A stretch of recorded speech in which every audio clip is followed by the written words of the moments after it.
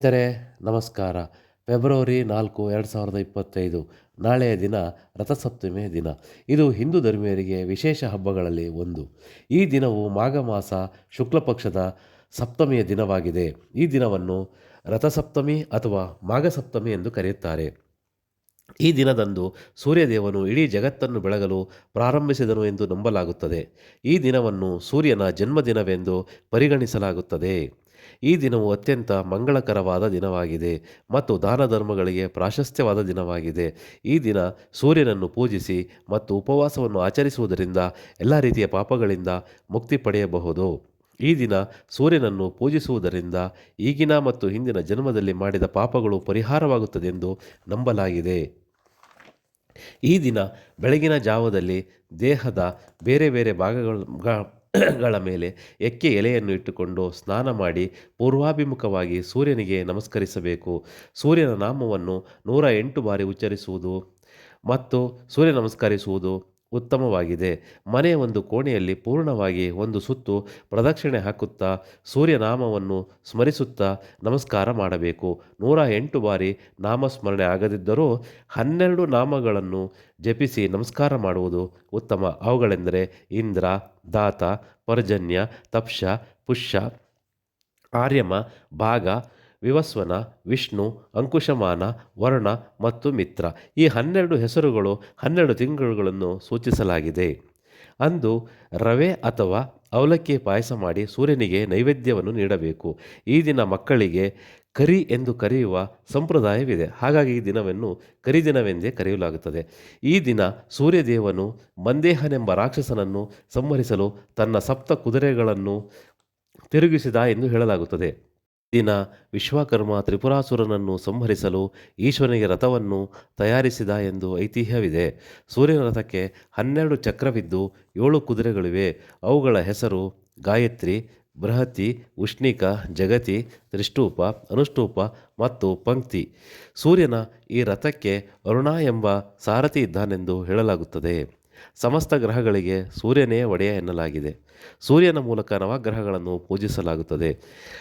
ದೈನಂದಿನ ಆಚರಣೆಯಲ್ಲಿ ಭಾರತೀಯರು ವಿಶೇಷವಾದ ಸ್ಥಾನವನ್ನು ನೀಡಿದ್ದಾರೆ ಸೂರ್ಯನಿಗೆ. ಸೂರ್ಯನು ಮಕರ ರಾಶಿಯಿಂದ ಕುಂಭರಾಶಿಗೆ ಚಲಿಸುತ್ತಾನೆ. ಇಂದಿನಿಂದ ಬೇಸಿಗೆ ಪ್ರಾರಂಭವಾಗುತ್ತದೆ, ಬಿಸಿಲು ಕೂಡ ಜಾಸ್ತಿಯಾಗುತ್ತದೆ. ಹಾಗಾದರೆ ಸೂರ್ಯನ ಪೂಜೆ ಏಕೆ? ಜೀವಿಗಳ ಆರೋಗ್ಯಕ್ಕೆ ಸೂರ್ಯನ ಬೆಳಕೆ ಮೂಲ. ಸೂರ್ಯನ ಕಿರಣಗಳಿಂದ ದೇಹಕ್ಕೆ ಶಕ್ತಿ ದೊರೆಯುತ್ತದೆ. ಸೂರ್ಯನ ಕಿರಣಗಳಲ್ಲಿ ವಿಟಮಿನ್ ಡಿ ಇದೆ ಎಂದು ಸಾಬೀತು ಕೂಡ ಆಗಿದೆ. ನಮ್ಮ ಋಷಿಗಳು ತಮ್ಮ ತಪಸ್ಸಿನ ಮೂಲಕ ತಮ್ಮದೇ ರೀತಿಯಲ್ಲಿ ಸೂರ್ಯನ ಶಕ್ತಿಯನ್ನು ಅರಿತಿದ್ದರು. ಹಾಗಾದರೆ ಆಚರಣೆ ಹೇಗೆ? ಎಕ್ಕೆ ಎಲೆಗಳನ್ನು ದೇವರಿಗೆ ಸಮರ್ಪಿಸಬೇಕು. ಬಿಳಿ ಎಕ್ಕೆಗಳು ಶ್ರೇಷ್ಠವಾಗಿದೆ. ಎಕ್ಕೆ ಎಲೆಗಳನ್ನು ದೇಹದ ವಿವಿಧ ಭಾಗಗಳ ಮೇಲೆ ಇಟ್ಟುಕೊಂಡು ಸ್ನಾನವನ್ನು ಮಾಡಬೇಕು. ಈ ರೀತಿ ಮಾಡುವುದರಿಂದ ಪುಣ್ಯ ಲಭಿಸುತ್ತದೆ ಎಂಬ ನಂಬಿಕೆ ಇದೆ. ಸೂರ್ಯನಿಗೆ ಸಂಬಂಧಿಸಿದ ರಂಗೋಲಿ ಹಾಕುವ ಮೂಲಕ ಪುಣ್ಯ ಸ್ನಾನ ಮಾಡಿ ಸೂರ್ಯನಿಗೆ ಅರ್ಘ್ಯ ನೀಡಿ ರವೆ ಅಥವಾ ಅವಲಕ್ಕಿಯಿಂದ ಪಾಯಸ ಮಾಡಿ ಪೂಜಿಸಲಾಗುತ್ತದೆ. ಅದರಲ್ಲೂ ರಥಸಪ್ತಮಿ ಹಬ್ಬದಂದು ನದಿಯ ಸ್ನಾನ, ಸಮುದ್ರ ಸ್ನಾನ ಉತ್ತಮ. ಆಗದೇ ಹೋದಲ್ಲಿ ಮನೆಯಲ್ಲೇ ನೀರಿಗೆ ಗಂಗೆ ಚ ಯಮುನೆ ಚೈವ ಗೋದಾವರಿ ನರ್ಮದೆ ಸಿಂಧು ಸರಸ್ವತಿ ಕಾವೇರಿ ಜಲಸ್ಮಿನ್ ಸನ್ನಿಧಿಂ ಕುರು ಎಂಬ ಶ್ಲೋಕವನ್ನು ಪಠಿಸುತ್ತಾ ಸ್ನಾನವನ್ನು ಮಾಡಬೇಕು. ಇದರ ಅರ್ಥ ಎಲ್ಲ ನದಿಯ ನೀರನ್ನು ನಿನ್ನಲ್ಲೇ ನೋಡುತ್ತಿದ್ದೇನೆ ಎಂಬುದಾಗಿದೆ. ಬಹಳ ಬಿಸಿ ಮತ್ತು ತಣ್ಣನೆಯ ನೀರಾಗದೆ ಉಗುರು ಬೆಚ್ಚಗಿನ ನೀರಿನಲ್ಲಿ ಬ್ರಾಹ್ಮಿ ಮುಹೂರ್ತದಲ್ಲಿ ಸೂರ್ಯನಿಗೆ ಪ್ರಿಯವಾದ ಎಕ್ಕೆ ಎಲೆಗಳನ್ನು ದೇಹದ ಬೇರೆ ಬೇರೆ ಭಾಗಗಳಲ್ಲಿರಿಸಿ ತಲೆಗೆ ತುಪ್ಪ ಅಥವಾ ಎಣ್ಣೆಯನ್ನು ಹಚ್ಚಿ ಸ್ನಾನವನ್ನು ಮಾಡಬೇಕು.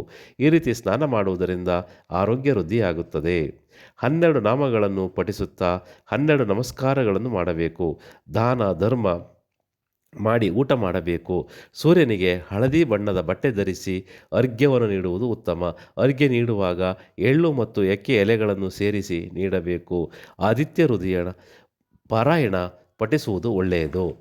ಸೂರ್ಯನ ರಥಕ್ಕೆ 12 ಚಕ್ರಗಳು 12 ರಾಶಿಗಳನ್ನು ತಿಳಿಸುತ್ತದೆ ಮತ್ತು 7 ಕುದುರೆಗಳು 7 ವಾರಗಳನ್ನು ಪ್ರತಿನಿಧಿಸುತ್ತದೆ.